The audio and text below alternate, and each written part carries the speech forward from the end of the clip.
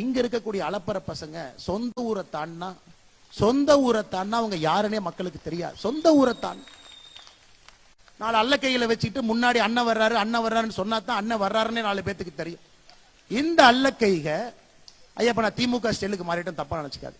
இந்த அல்ல கைக பாரத பிரதமர் நரேந்திர மோடி அவர்களை பார்த்து குற்றம் சுமத்துறாங்க.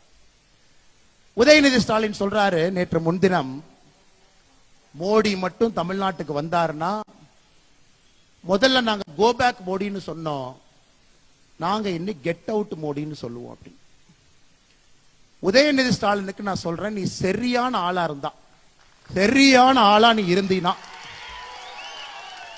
உன் வாயிலிருந்து கெட் அவுட் மோடி நீ சொல்லிப்பார்.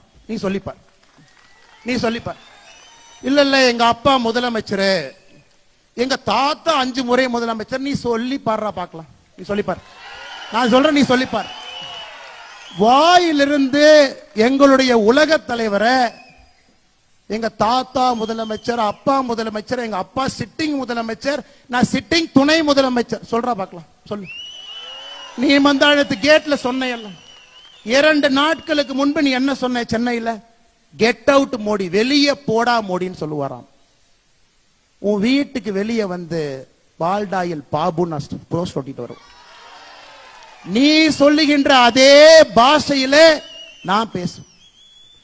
உனக்கு ஒரு உலக தலைவரை மதிக்க தெரியல, ஒரு கத்துக்குட்டி. நீ கத்துக்குட்டி. காலையில 11:30 மணிக்கு தான் உன் மேல வெயிலே படும். நீ சூரியனை நேரா பார்த்தது கூட கிடையாது. சூரியன் மேல வந்தா தான் இப்படி பாக்குற ஆள் நீ. சூரியனை பார்த்து துப்பி அந்த எச்சல் உன் மேல விழுவும். அப்படிப்பட்ட ஆள் நீ.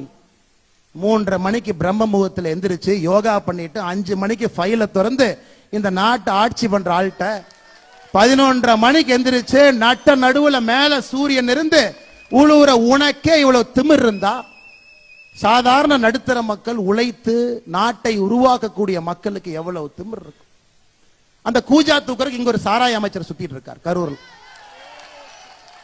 இவனை எந்த அளவுக்கு ஒரு